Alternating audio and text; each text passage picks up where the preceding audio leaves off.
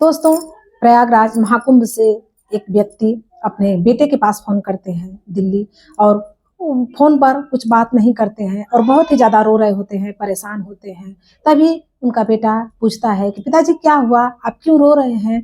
बात बताइए, आप इतना ज़्यादा परेशान क्यों हैं? तभी जो उसके पिताजी होते हैं, वो बात को बताते हैं और रोते ही रहते हैं, कहते हैं, "तुम्हारी माँ का मेरे से हाथ छूट गया और वो पता नहीं कहाँ खो गई। वो भीड़ का हिस्सा बन गई है। मुझे समझ नहीं आ रहा है कि मैं क्या करूँ क्योंकि मैं पिछले कई घंटों से उसकी तलाश कर रहा हूँ, उसको खोजने की कोशिश कर रहा हूँ, लेकिन वो नहीं मिल रही है। तभी उनके बच्चे कहते हैं कि कोई बात नहीं पिताजी, हम लोग आ रहे हैं। दरअसल दोस्तों बात ही कुछ ऐसी होती है कि वो बहुत ही ज़्यादा परेशान होते हैं। दोस्तों आज की कहानी दिल्ली के त्रिलोकपुरी की है। वहीं पे एक पति-पत्नी और उनके 3 बच्चे होते हैं। वो जो पत्नी होती हैं, वो लोग आपस में मिल कर के एक प्लान बनाते हैं और कहते हैं कि सारे लोग महाकुंभ में स्नान के लिए जा रहे हैं। इतने सालों के बाद लगा है और आप क्यों नहीं मुझे लेकर के चल रहे हैं? तभी उसका पति जिसका नाम अशोक होता है, वो कहता है कि कोई बात नहीं, हम लोग भी चलेंगे और वो 18 फरवरी को अपना सब प्लान बना करके, सब कुछ व्यवस्था कर कर के वहाँ से वो लोग दोनों पति-पत्नी निकल जाते हैं प्रयागराज के लिए। जब वहाँ पे जाते हैं, स्नान करते हैं, स्नान के बाद जैसे ही पति-पत्नी बाहर निकल रहे होते हैं, उनका हाथ छूट जाता है और पत्नी पता नहीं कहाँ गुम हो जाती है। उसे समझ में नहीं आता है कि मैं क्या करूँ और बहुत देर से वो ढूँढ रहा होता है। ऐसे अपने बेटों को बताता है। तभी जो उनके बेटे होते हैं, वो कहते हैं कि कोई बात नहीं पिताजी, आप इधर-उधर जो पुलिस थाना है, पुलिस है, जो भी लोग आपसे मिल रहे हैं, उनसे थोड़ा-सा पूछने की कोशिश कीजिए, ढूँढने की कोशिश कीजिए। माँ मिल जाएगी, आप चिंता न कीजिए।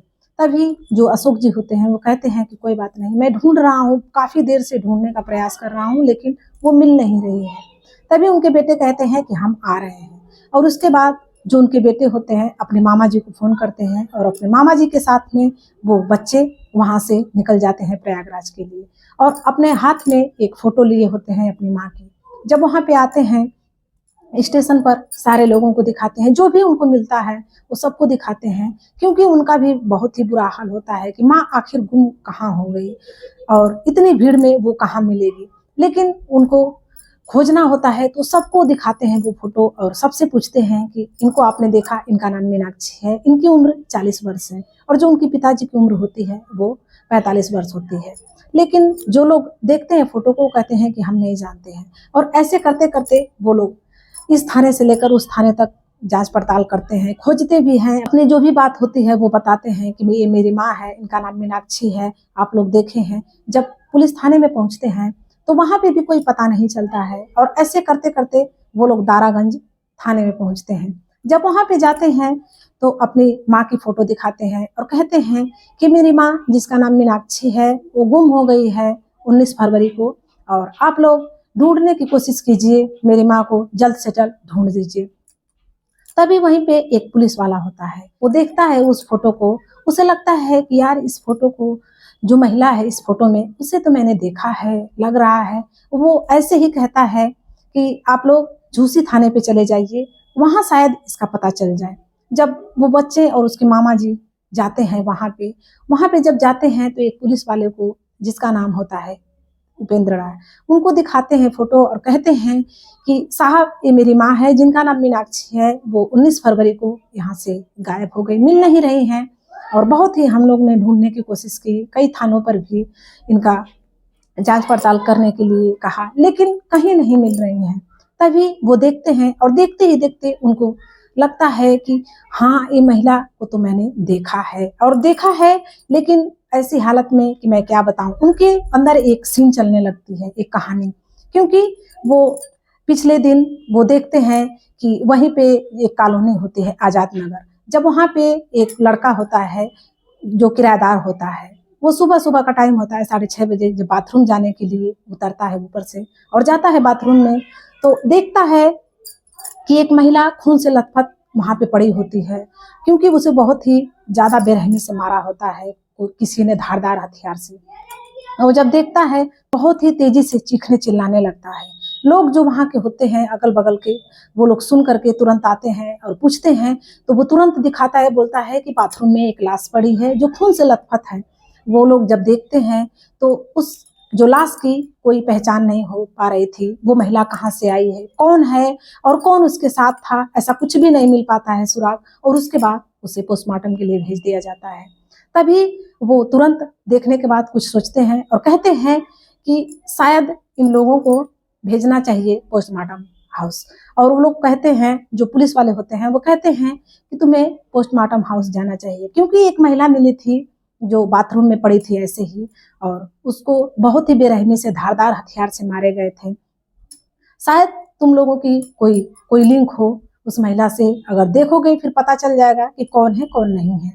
तभी वो दोनों बच्चे और उसके मामा जी पोस्टमार्टम हाउस जाते हैं, और वहां पे जाने के बाद वो लोग देखते ही देखते उनका होश उड़ जाता है, क्योंकि वो मंजर ही ऐसा था। वो लोग देख के बहुत ही ज्यादा हैरान होते हैं और चिल्लाने लगते हैं, क्योंकि कुछ किसी चीज से तो पता नहीं चलता है, लेकिन साड़ी से तुरंत उनकी पहचान हो जाती है, क्योंकि वो साड़ी उनकी माँ किसी खास मौके पर पहना करती थी। कभी कभी वो देखते हैं साड़ी को तो तुरंत चिल्लाने लगते हैं और कहते हैं कि यही मेरी माँ है। और उसके बाद जब पैरों में पायल देखते हैं, हाथ में चूड़ियां देखते हैं, जब ऐसे हर तरह से पहचान उनकी हो जाती है, तो वो लोग कहते हैं कि ये मेरी माँ है। और उसके बाद जो पुलिस वाले होते हैं कहते हैं कि कोई बात नहीं, ये तुम्हारी माँ है, इसका हम कातिल ढूंढ निकालेंगे, तुम लोग थोड़ा सा सब्र करो, उसके बाद हम जांच पड़ताल जो भी है हम करते हैं। और इसके बाद जांच पड़ताल शुरू हो जाती है, और जांच पड़ताल में जब सीसीटीवी कैमरे को खंगाला जाता है तो मिलता है कि एक आदमी उस महिला के साथ में उस बाथरूम तक जाता है, और जाने के बाद पता नहीं क्या करता है उसके साथ। फिर उसके बाद वो जो आदमी होता है, व्यक्ति, वो उधर से अकेले ही वापस आता है। जब उस सीसीटीवी कैमरे को बच्चों को दिखाया जाता है, उसके मामा जी को दिखाया जाता है, तो देखने के बाद पता चलता है कि वो कोई और नहीं होता है बल्कि उसका पिताजी होता है। जब बच्चे देखते हैं तो तुरंत क्लियर कर देते हैं और कहते हैं कि हमारे पिताजी हैं। तभी पुलिस वाले उसके पिताजी को बुलवाते हैं और कहते हैं कि अपने पिताजी को बुलाओ और सब चीज का पता चल जाएगा कि आखिर बात क्या है और क्यों मारा तुम्हारे पिताजी ने ही तुम्हारी माँ को। और बाद में जो बनावटी आंसू बना करके रो रहे थे उनको बुलाया जाए। जब बुलाते हैं लोग फोन करके अपने पिताजी को, बच्चे बुलाते हैं तो उसके पिताजी आते हैं और पुलिस पहले से ही वहीं पे होती है। और जब उनसे पूछताछ होने लगती है तो जाहिर सी बात है, जो कातिल होता है, जो क्रिमिनल होता है, वो ऐसे ही बात को टालता है, और वैसे ही अशोक जी भी बात को इधर उधर टालने लगते हैं। लेकिन जो पुलिस होती है थोड़ी सख्ती दिखाती है, और उसके बाद मारने धमकाने की जब धमकी देती है तो वो सारी बात सच सच बता देते हैं और कहते हैं कि हाँ, मैंने ही मारा था। मैं रात के 1:30 बजे मैं वहां पे लेके गया। जब रात के 1:30 बजे उठी तो बोले कि मुझे बाथरूम आ रही है, तो मैं उसे लेकर के गया, और मैं अपने पास पहले से ही मेरी प्लानिंग थी कि मैं इसको मार दूंगा, और इसके बाद मैं उसको उसी बाथरूम में मार करके और मैं निकल आया। तभी जो पुलिस वाले होते हैं वो पूछते हैं कि आखिर आपने क्यों मारा, क्या बात थी कि अपनी ही पत्नी को आपने अपने हाथों से मार दिया। तभी जो अशोक जी होते हैं वो सारी बातें बताने लगते हैं और कहते हैं कि हम लोग त्रिलोकपुरी के रहने वाले हैं और हमारे 2 बच्चे हैं और हम 2 पति पत्नी रहते थे, लेकिन मेरा एक औरत से अफेयर था, मेरा गलत संबंध था, और इसी के बारे में ये बार बार बोलती थी, और हमारे घर में क्लेश भी बहुत ज्यादा होता था। ये मना करती थी लेकिन मैं कहता था कि मैं उससे मिलूंगा, और ये बार बार बोलती थी कि आप उसके पास नहीं जाएंगे, लेकिन मैं बोलता था कि मैं उसके पास जाऊंगा। और इसी के चलते मैं तंग आ गया था कि मैं उसके पास जाऊंगा चाहे तुम रहो या ना रहो। और इसी के बाद इसने कह दिया कि मैं प्रयागराज में जाऊंगी महाकुंभ में स्नान के लिए। अब मुझे मौका ही मिल गया और इसके बाद मैं लेकर के आया। मैं सोचा कि इसको यहाँ पे मार भी दूंगा तो लोग सोचेंगे कि भीड़ में खो गई है, कहीं गुम हो गई होगी, और इसी नियत से मैं इसको मार दिया। और इसके बाद मैं सोचा कि मैं पूरी तरह से आजाद हो गया, लेकिन मुझे नहीं पता था कि ऐसे करके पुलिस मुझे पकड़ लेगी।